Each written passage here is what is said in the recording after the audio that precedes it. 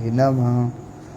नमः ओं विष्णुपादाय श्रीगौरप्रियमूर्तये श्रीमते भक्तिवल्लभ तीर्थगोस्वामिने नमः।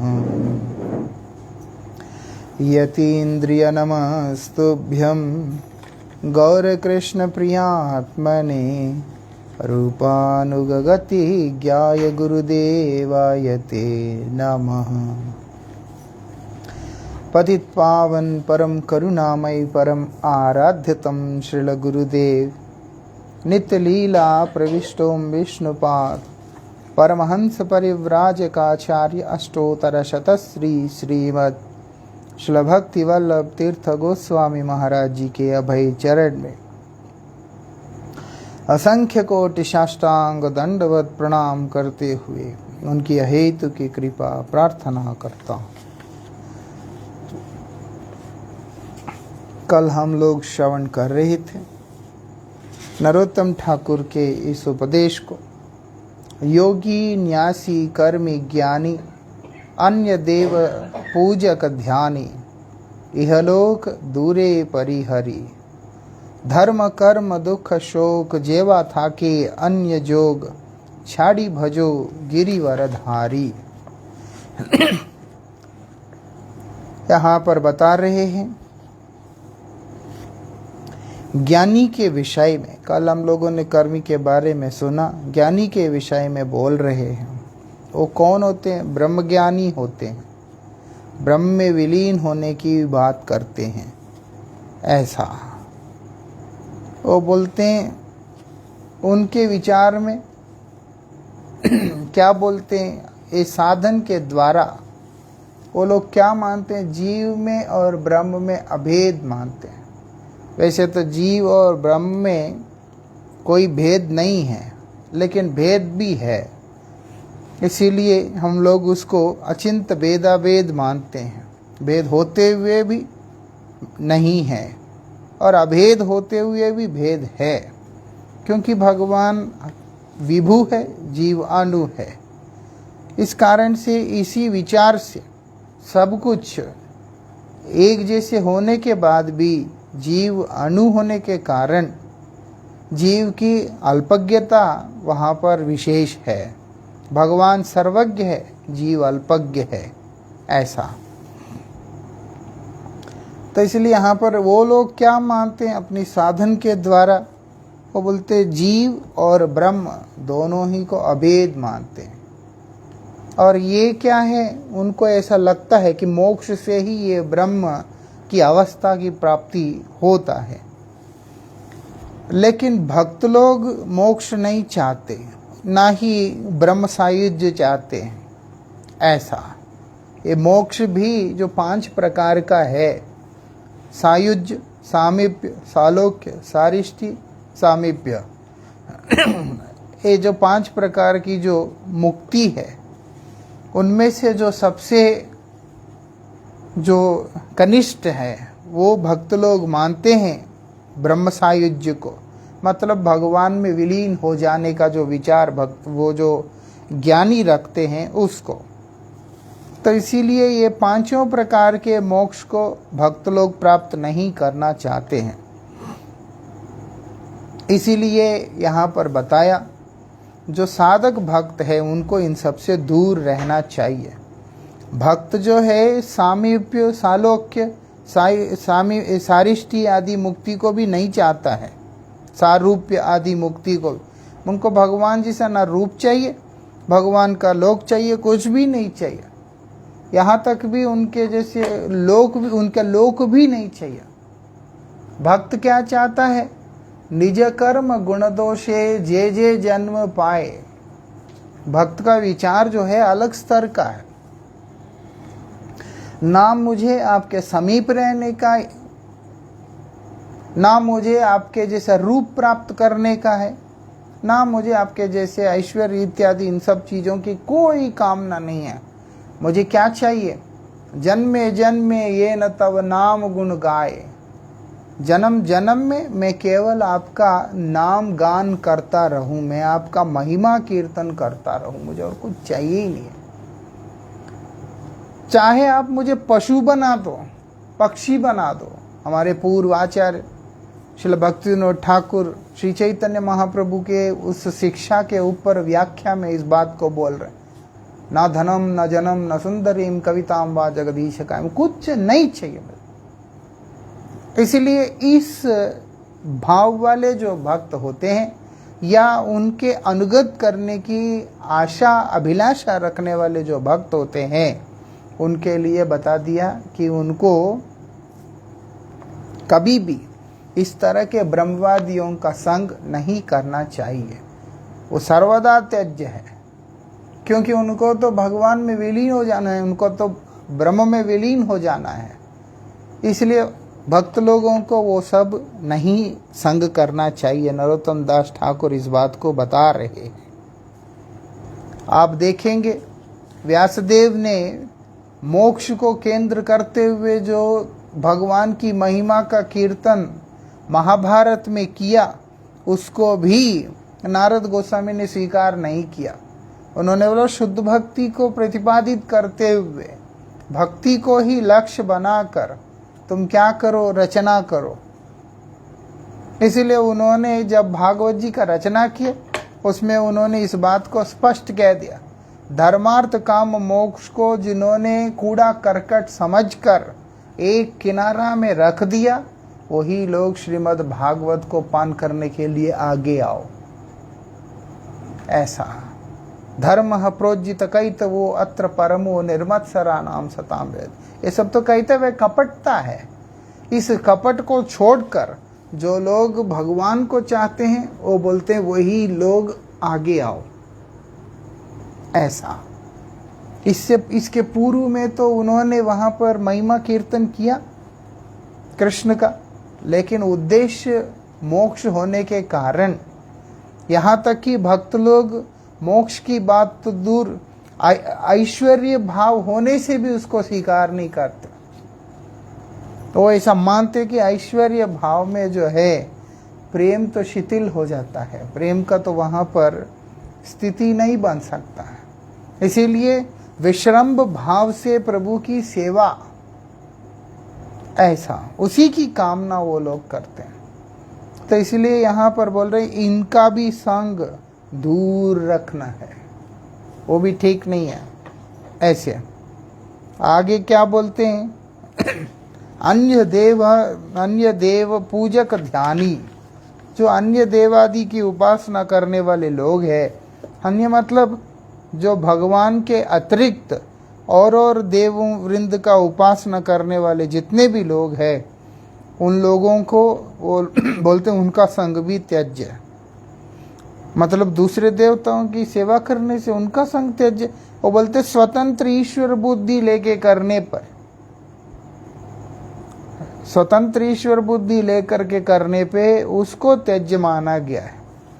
क्या बोलते हैं, ब्रह्म रुद्रादि देवताओं को जो लोग भगवान से स्वतंत्र मानकर उनकी आराधना करते हैं, उनका संग त्याज्य है। ऐसे लोगों का संग कभी भी नहीं करना चाहिए, उनसे भी दूर रहना चाहिए। चैतन्य चरितामृत में बताया, एकला ईश्वर कृष्ण आर सब भृत्य। वो बोलते हैं क्या है, एकमात्र प्रभु कौन है, वो कृष्ण है। बाकी जितने भी हैं वो सब उनके भृत्य है, उनके सेवक है, उनके दास मात्र ही है। और कोई प्रभु है ही नहीं, प्रभु तो केवल कृष्ण है। ऐसे यहाँ पर बता रहे हैं।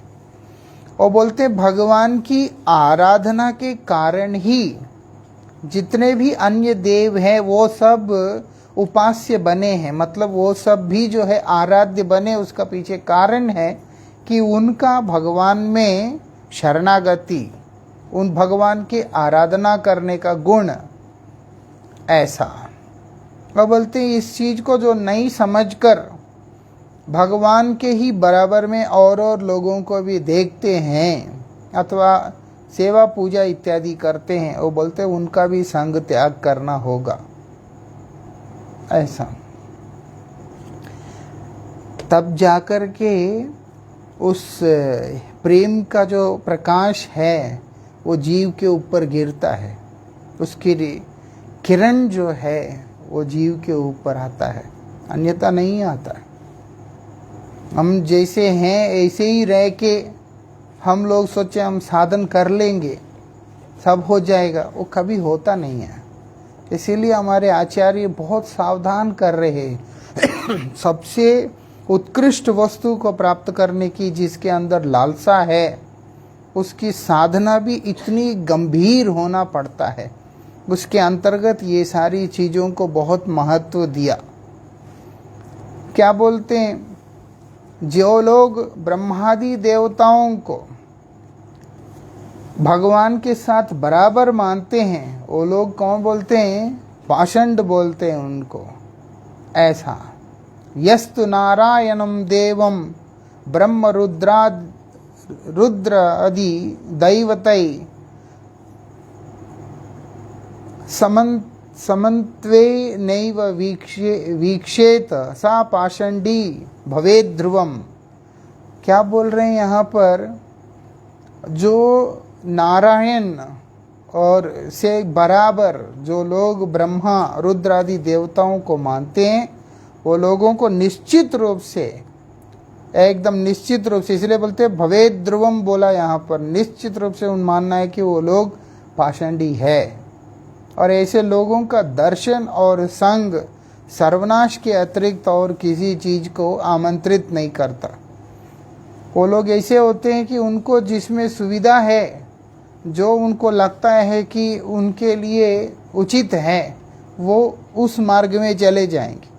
उनके लिए भगवान ना, उनको कुछ भी नहीं होगा, उनका कल्याण हो ही नहीं सकता। ऐसा और बोलते देवताओं का आराधना करना गलत नहीं है, लेकिन वैष्णव विचार से, गुरु विचार से तो आराधना करने में कोई दोष नहीं है। लेकिन यहाँ पर स्वतंत्र ईश्वर भाव से उनकी आराधना करना अनर्थों को सृष्टि करता है। भगवान की आराधना हमेशा एक भाव में करना होता है। वो क्या है, अनन्य भाव से, अनन्य भाव से। और इस चीज को समझकर कि भगवान से परे और भगवान के समान में कोई और व्यक्तित्व का अस्तित्व हो ही नहीं सकता है। भगवान स्वयं ही बोल रहे हैं, वो बोलते हैं मैं ही सबका प्रभु हूँ, मेरे से परे तो कुछ है ही नहीं है। मेरे से परे जब कुछ है ही नहीं है तो फिर किसी और तत्व को हम लोग उनके बराबर कैसे मान सकते हैं या उनसे श्रेष्ठ कैसे मान सकते हैं। जो व्यक्ति ऐसे मानता है उसको बोलते पाषंड व्यक्ति है। ऐसा तो इस तरह के जो लोग हैं वो बड़े खतरनाक होते हैं, इसलिए बोलते हैं उनका संग पूर्ण रूप से त्याज्य है। और क्या बोलते हैं, जो भगवान को छोड़कर अन्य देवताओं की उपासना में, क्या बोलते हैं,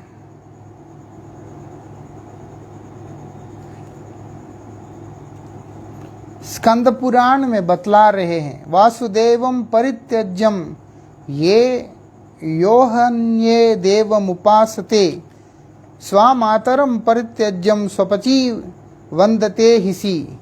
मतलब क्या बोल रहे हैं, स्कंद पुराण के अंदर भगवान को छोड़कर जो अन्य देवताओं की उपासना करने वाला व्यक्ति ठीक उसी प्रकार से है जो अपनी माँ को कभी प्रणाम नहीं करेगा, कभी भी माँ का सेवा नहीं करेगा, आदर नहीं करेगा, लेकिन वो जो स्वपची है, मतलब कौन है कि कुत्ते को खाने वाले चांडाल जो लोग हैं, वो बोलते हैं उनको जाके नमन करने वाला, उनका आश्रय ग्रहण करने वाला माना जाता है। ऐसा आप देखो, कुत्ते को खाने वाले चंडालों को जाके प्रणाम करता है, लेकिन अपनी जो माँ है उसको प्रणाम नहीं करता है। ऐसे जो व्यक्ति है कितना निकृष्ट व्यक्ति है, ऐसे यहाँ पर बता रहे हैं। क्या है, वासुदेवम परित्यज्य, मतलब है उनकी परित्याग करके भगवान का कभी भी नाम नहीं करेगा, हरि नाम नहीं करेगा, ना ही भगवान का सेवा करेगा, कुछ भी नहीं करना। वो क्या करेगा, केवल और जगह पे जाएगा, इधर उधर अपने स्वार्थ पूर्ति को लेकर। ये भी समझता नहीं है अन्य देवता अगर उसको कुछ दे भी रहे हैं, वो भी मूल में भगवान के कृपा से ही भगवान से लेकर के दे रहे हैं। इस चीज को भी नहीं समझ पाता है। ऐसे जो व्यक्ति है उसके बारे में बताया यहां। जो व्यक्ति ऐसे जो होते हैं वो कौन? स्वामातरम परित्यज्यम, जैसे भगवान को छोड़ दिया ऐसे इधर माँ को छोड़ दिया। स्वपची वंदते हिसी, उसे चंडालों को जैसे प्रणाम करके उनके पीछे घूमता, ठीक उसी प्रकार से उसको भी माना गया। इसके स्कंद पुराण में बताया जा रहा है। इसलिए बोलते हैं ऐसे व्यक्तियों का संग करेंगे हम भी अपने आराध्य देव की कृपा से वंचित हो जाएंगे। उनके प्रति प्रेम से, उनके प्रति भक्ति से हम भी वंचित हो जाएंगे। इसलिए बोलो उनसे दूर रहना है। ऐसा अन्य देव उपासना गलत कभी भी कहा नहीं है शास्त्र में, लेकिन स्वतंत्र ईश्वर भाव से करने को हमेशा मना किया है। उनको भगवान का वृत्ति के रूप में मानकर अगर हम सेवा करते हैं तो उसमें कोई दोष नहीं है। वैष्णव विचार से, भक्त विचार से हम उनकी सेवा कर सकते हैं। जैसे हम हमारे गुरुजनों का, गुरुवर्गों का सेवा करते हैं, ठीक उसी प्रकार से देवता भी वैष्णव भाव से, भगवान के वृत्ति भाव से वो लोग भी उस सेवा के कारण बन सकते हैं। लेकिन जीव जो स्वतंत्र मान के करता तो गड़बड़ हो जाता है। जब वो स्वयं भी खुद को स्वतंत्र मान लेते हैं तब भी गड़बड़ हो जाता है। आप देखेंगे पूज्यपाद भारती गोसाई महाराज जी इस बात को कई बार सुनाते रहते हैं। काशी को ध्वंस करना चाहता था महाराज सुदनवा। उनका इच्छा था द्वारिका को ध्वंस करना है। तो वो शिव जी का उपासना किया, उपासना करके कहते हैं कि मुझे द्वारिका को ध्वंस करना है। तो शिव जी ने आशीर्वाद देके बोला कि तुम जाओ, मैं तेरे साथ में हूँ। शिव जी ने बोला मेरा आशीर्वाद है, मैं तेरे साथ हूँ, तुम जाओ। उसको, राजा को। तो फिर वो द्वारिका में आक्रमण करने चला गया। पीछे से सुदर्शन आके काशी जला दिया। वो अभी उधर पहुंच जाने तो शिव जी सुदर्शन से लड़ाई करने के लिए गए हैं।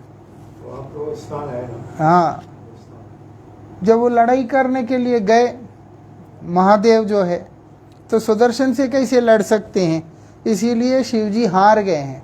जब हार गए तो वो भगवान के पास जाके महादेव खुद कह रहे हैं, तमोगुण का अधिष्ठात्री होने के कारण वो जो तामस भाव है वो मेरे में आ गया है।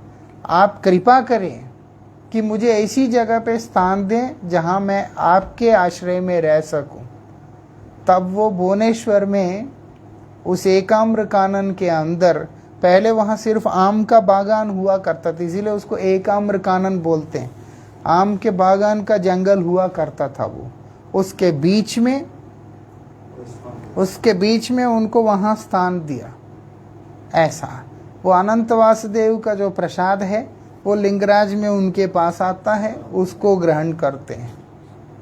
ऐसा तो इसीलिए हाँ, इस कारण से जो है स्वतंत्र भाव से जब वो लोग भी अपने आप को अगर चिंतन करते हैं, शिव जी तो ऐसे नहीं है, लीला करके दिखा रहे हैं जगत को कि इतने उच्च पद पे आने के बाद भी शिव जी तो, जबकि ऐसा तो नहीं कि जीव जो है शिव बनता है, जीव तो बनता ही नहीं है। ब्रह्मा जीव बनता है, इंद्रादि देवता जीव बनते, शिव तो जीव बनता नहीं। तो जो हो वो बोलते इतने ऊंचे स्थान पर आने के बाद भी स्वतंत्र ईश्वर भाव आने से वो हमारे लिए भी बहुत खतरा हो सकता है। और तुम हमें मान के चलोगे, तुम्हारा मंगल कैसे होगा, ये भाव है। इसलिए यहाँ पर बताते हैं हमारी माता कौन है? भगवान है। इसीलिए भगवान की आराधना ही करना चाहिए। भगवान की आराधना ना करके इधर उधर भटकने वाले जितने भी होते हैं उनके लिए यहाँ पर बोल रहे हैं। स्वपची वंदते हिसी, वो बोल हिसा मतलब है कि चंडाल को प्रणाम करने वाले लोग जैसे होते हैं, उस तरह की बात यहाँ पर बता रहे हैं। महाभारत में क्या बोलते हैं? बोलते यस्त विष्णुम परित्यज्य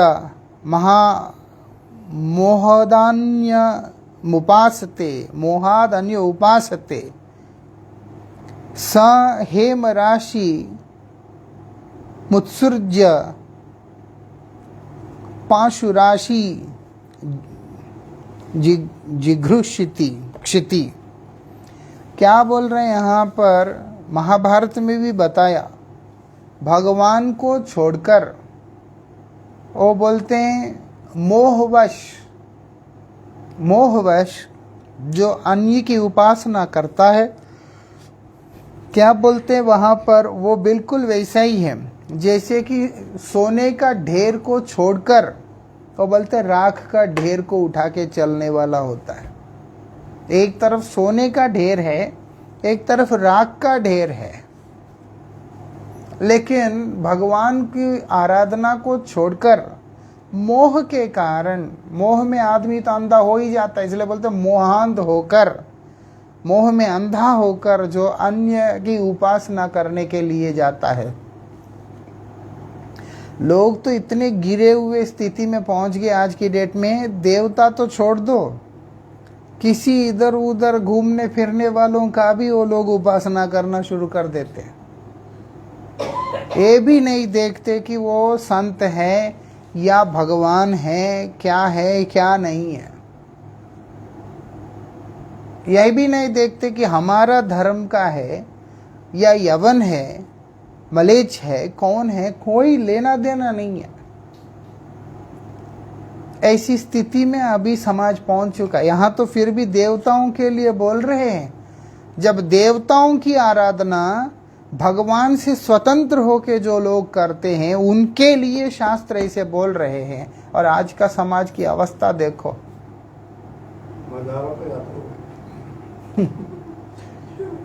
तो ये बात है, वो भी है, कितनी दयनीय अवस्था है। और ना जाने ऐसे ऐसे लोग उल्टे सीधे पता नहीं क्या क्या, पंजाब में भी है, इधर उधर कई जगह पे है, जो लोगों का कोई मंत्र नहीं, जो लोगों का कोई परंपरा नहीं, जो लोगों का कोई शिक्षा नहीं, आचरण नहीं, पद्धति नहीं, ढंग नहीं, व्यवस्था नहीं, कुछ भी नहीं, लेकिन जा जाके जो है उनको ही भगवान बना के घूम रहे होते। ऐसे वो लोगों की क्या अवस्था होगा हम लोग सोच भी नहीं सकते। जबकि देवता तो भगवान के द्वारा ऑथराइज्ड है। देवता जो है वो पद भगवान की कृपा से वो लोग उस पद को प्राप्त किया। वो लोग तो भगवान की आराधना करते हैं। ऐसा भी नहीं कि वो लोग भगवान की आराधना नहीं करते, तो भगवान की आराधना करते हैं। भगवान की आराधना करने वाले भगवान के भक्त हैं और भगवान के द्वारा प्रमाणित भी है। लेकिन उनकी आराधना करने से भी भगवान से स्वतंत्र होकर आदमी की ये अवस्था हो जाएगा। जो लोग इतने ज़्यादा गिरे हुए स्थिति में हैं समाज में, उनका क्या अवस्था होगा हम लोग चिंता भी नहीं कर सकते। इतने सारी अवस्थाओं को देखने के बाद जाकर के एक भाव और भी ज़्यादा प्रबल होता है कि भगवान की अतिशय कृपा है कि ये चरण हमें प्राप्त हुए। ऐसा नहीं तो पता नहीं, अगर मैं कल्पना भी करके भी कई बार घबरा जाता हूँ कि अगर मुझे किसी साईं बाबा का, निर्मल बाबा का, कोई और बाबा का, आशाराम का, राम रहीम का, बदन ना जाने किस किस का, इधर उधर अगर मान लो उनके पीछे जा रहे हैं, सतपाल जी महाराज, सुधांशु महाराज, जो भी बहुत सारे विचित्र जो प्राणी हैं, अगर मान लो हम उन सब के पीछे जा रहे हैं तो जिंदगी की क्या अवस्था बनी हुई होती। ऐसा लोग कितने विचित्र हैं। दक्षिण में भी ऐसे हैं, आग में चल रहे हैं, सूलियां लगा रहे हैं, क्या है, किस लिए ये सारा विचित्र विचित्र काम कर रहा है। नास्तिकता इन्हीं कारणों से, धर्म के प्रति घृणा इन्हीं सब कारणों से जो है बढ़ रहा है। हमारे शास्त्र कितने सुंदर तरीका से बताया कि तुम जो है भगवान की आराधना करो, भगवान का नाम करो, शांति से भगवान से प्रेम करो, भजन करो। वो छोड़कर इस तरह की सारी क्रियाओं में पड़े हुए व्यक्ति उसको क्या, उसके लिए क्या संज्ञा देनी है वो भी पता नहीं, शास्त्र को ही सोचना पड़ेगा। ऐसा यहाँ पर बता रहे हैं इतने स्पष्ट शब्दों में कि ब्रह्म वैवर्त पुराण में ये बता रहे हैं, स्कंद पुराण में ये बता रहे हैं, महाभारत में ये बता रहे हैं। क्या बोलते हैं, श्रीहरि को त्याग कर अन्य की देवता की उपासना करने वाला अमृत त्याग कर हालाहल को पान करने की तरह ही बन जाता है। एक तरफ उसको अमृत दिया जा रहा है, एक तरफ विष पड़ा हुआ है, जहर पड़ा है। अमृत को छोड़कर जहर को पीने के लिए दौड़ने वाला जो व्यक्ति है वो वही व्यक्ति होता है। बड़ी मुश्किल से मनुष्य जन्म मिला और सौभाग्य से ये भी मौका मिला कि हम भगवान का भजन करके अपने जीवन को संवार सकते हैं। लेकिन ये परम बद्ध जीव भक्ति के नाम पर अन्य देववृंद के पीछे भागता है तो वो व्यक्ति अपने लिए खुद खड्डा खोद रहा होता है। इसलिए बोलते हैं भक्तों को सावधान, ऐसे लोगों के पास मत जाना, क्योंकि वो सुधरेगा तो है नहीं, हमें उल्टा पकड़ के घसीट लेगा। ऐसे जगाई मधाई जैसे के पास नित्यानंद प्रभु जा सकते हैं, साधारण व्यक्ति नहीं जा सकता है ना। नित्यानंद प्रभु जाएंगे, उसका उद्धार होगा, लेकिन एक साधक जाएगा, साधारण व्यक्ति जाएगा तो उसका तो पतन होगा। बिल्कुल, जैसा व्यक्ति की वृत्तियां हैं उसके पास जाने से वही वृत्तियां अपने पास भी आ जाएंगे, ना चाहते हुए भी आ जाएंगे। इसलिए बोला कि दुर्जन संग से हमेशा सावधान रखना पड़ता है, बहुत संभाल के रहना पड़ता है। विचारों के अंदर मल घुस जाता है, फिर उसके बाद वो आदमी कभी भी परमार्थ में स्थिर नहीं हो पाता है।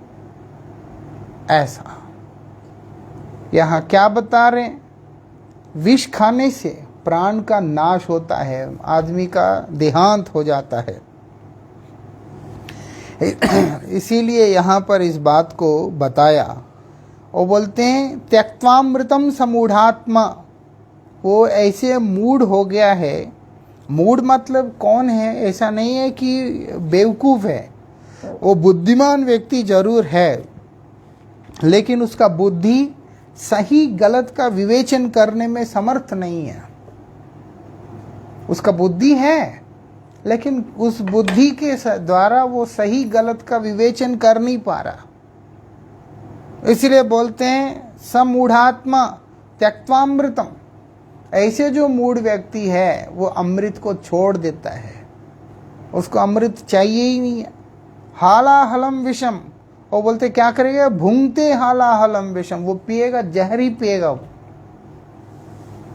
ऐसा अब कई ऐसे होते हैं, डिप्रेशन हो गया, शराब पी लो, वो जानता है इसको पीने से मेरा जो है डिप्रेशन खत्म नहीं होता करके। जो है अल्कोहल ये डिप्रेसेंट है, तो हमारे मेडिकल में फार्माकोलॉजी में जो होती है ना, वो शराब एलिवेटेड नहीं है, ये डिप्रेसेंट है, वो मेंटल डिप्रेसेंट ड्रग है। लेकिन इसका एक साइड इफेक्ट होता है यूफोरिया। यूफोरिया, मैं ही बादशाह हूँ, उसकी वजह से पीते हैं, उसका दिमाग खराब। तो इसीलिए तो क्या बोलते हैं, भक्ति पथ पे ये सब बहुत बड़े बाधा है, ऐसा बहुत बड़े बाधा। जब अपना भजन करने की वृत्तियां ही मर गया तो वो फिर और क्या जीवन में हासिल करेगा वो, जब भजन करने का उत्साह ही मर गया। आप देखो, दुस्संग करने के कारण ही जितने भी ऐसे दृश्य हैं, अब संसार के अंदर गलत होना स्वाभाविक है, क्योंकि संसार का जो स्ट्रक्चर है वो बना ही ऐसा है कि यहाँ सब कुछ गलत होना स्वाभाविक है। आश्चर्य तो तब होगा जब ऐसी कुछ जो है जो सर्वोत्तम स्थान में हुआ है। संसार में तो ये नेचुरल है। अब इस संसार में आया हुआ व्यक्ति अगर कोई भी ऐसे निकृष्ट दृश्य को अवलोकन कर रहा है, देख रहा है, उसमें अननेचुरल कुछ भी नहीं है, बिल्कुल नेचुरल है। इसलिए महापुरुष उससे अफेक्टेड नहीं होते। लेकिन समझदार व्यक्ति को क्या करनी है, अपने आप को सही स्थान पर लगा के रखना है, सही स्थान पे लगा के रखना है, जिससे कि वो बच सके। ऐसा आज समाज के अंदर ये चीज को जो लोग नहीं समझते हैं ठीक से, वो क्या करते हैं, जितने भी जो है वेश को देखते हैं उसी को वो लोग बिल्कुल शास्त्र के अंदर जैसे जो सर्वश्रेष्ठ जो सिद्धांत बताया उसी के साथ मैच करके देखने का कोशिश कर लेते हैं। व्यवहारिक जीवन में भी नहीं आते हैं और ना ही संग करते हैं। अब चैतन्य महाप्रभु की शिक्षा को लेकर, त्रिनादपि सुनिचयन श्लोक को लेकर के किसी के ऊपर भी अप्लाई कर देते हैं तो वो लास्ट में डिसअपॉइंटमेंट ही रहना है, और उसके परिणाम से हमारा भजन के ऊपर ही आक्रमण होना है ना। हमारे भजन के ऊपर ही आक्रमण होगा, उसके परिणाम, उसकी जो एंड रिजल्ट है ऐसा। तो इसीलिए ये सारे वो लोग हैं, ऐसा नहीं है कि भगवान को छोड़कर, मतलब है कि वो व्यक्ति देखने में भक्त ही दिखाई दे रहा है, वेश से, भाषा से, लेकिन आचरण से और अंतर्मन से जो है उसका भगवान के साथ कोई संबंध नहीं है। यही सबसे बड़ी विडंबना है। और हम उसको भक्त मानकर जब ऐसे लोगों का संग करते हैं, उनका विचारों का जो प्रभाव है वो हमारे ऊपर पड़ के हमारे वृत्तियों को ध्वंस कर देगा। इतना खतरा है। यही चीज हमें समझना होगा। ऐसा नहीं है, अभी जैसे ये बात अगर नरोत्तम दास ठाकुर कह रहे हैं, क्या बोलते हैं, अन्य देव पूजक ध्यानी इहलोक दूरे परिहारी। अब जब आदमी साधना के पथ पे आए, अब हम लोग आए हैं, हम उन लोगों के बीच में ही बैठेंगे जिनके माथे पे तिलक है, गले में कंठी है ना। अन्य व्यक्तियों के साथ में हमारा संपर्क उस तरह से है नहीं। लेकिन विकार क्यों आते हैं? क्योंकि केवल वेश होने से पर्याप्त नहीं होता है, वो भाव भी होना जरूरी होता है। इसलिए यहाँ पर इस बात को इतनी सूक्ष्मता से बतला रहे हैं। ऐसा नारद गोस्वामी ने क्यों बोला, अवैष्णव मुखोद्गीर्णात् प्यूताम भागवतामृतम श्रवणम नैव कर्तव्यम सर्पोचिष्ट यथापया करके। जो वैष्णव नहीं है, और बोलते हैं ऐसे व्यक्ति अगर भागवत का परिवेशन करता है, अब जैसे वृंदावन आदि स्थानों में, गोवर्धन में भागवत विद्यालय वगैरह है, वहाँ पर भागवत के मुख्य मुख्य श्लोकों को सिखाना, मतलब जो नए नए भागवती होते हैं उनको वहाँ ट्रेंड किया जाता है। हाँ, वो लोग भागवत में कैसे व्याख्यान करनी, क्या करनी, कई सारी चीज़ें वो लोग सीखते होते हैं, श्लोकों को सीखते हैं, सब सीखते हैं एक सिस्टम से। अब इस तरह से जो लोग भगवत कथा को करने लगते हैं, भगवान के बारे में बोलने लगते हैं, जो लोग बोलने लगते हैं, भगवान के बारे में बोलने लगते हैं, भगवान की कथा वगैरह बोलने लगते हैं, लेकिन साधन ही नहीं है उनका, परंपरा के प्रति समर्पण नहीं, सदगुरु का आश्रय नहीं है, भजन साधन नहीं है, नियम आचरण नहीं है, वो बोलते हैं श्रवणम नैव कर्तव्यम। ऐसे लोगों के मुख से हरिकथा कभी भी श्रवण नहीं करना चाहिए।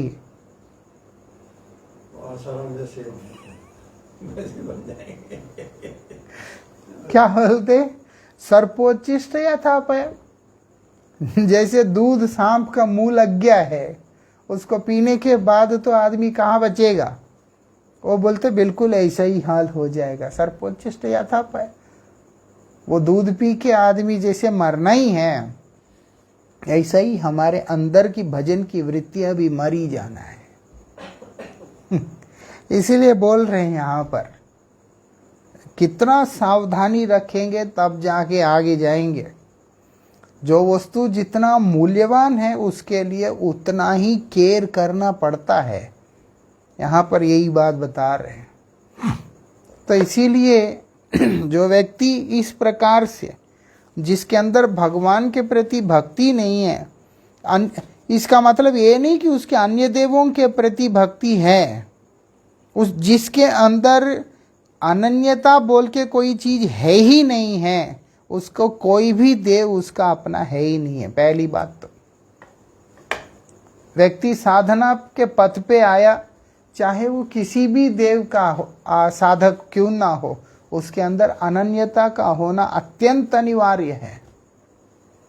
यहां पर बोलते पंचदेव उपासक की बात हो रहा है। अगर वो एकदम अनन्य भक्त है किसी भी देव का, किसी का भी है, पहली बात तो भगवान का भक्त को ऐसे लोगों का भी संग जो है नहीं करना चाहिए। लेकिन पंचदेवोपासक जितने भी होते हैं उनकी संग तो बिल्कुल ही नहीं करना चाहिए। हो जाएगा सोमवार को, श्रावण सोमवार है, शिव जी के मंदिर चलो, मंगलवार है वहां चलो, बुधवार है यहाँ चलो, गुरुवार वहां चलो, शुक्रवार वहां चलो। तुम है किसका जब उसको अपनी एग्जिस्टेंस की क्लैरिटी नहीं है?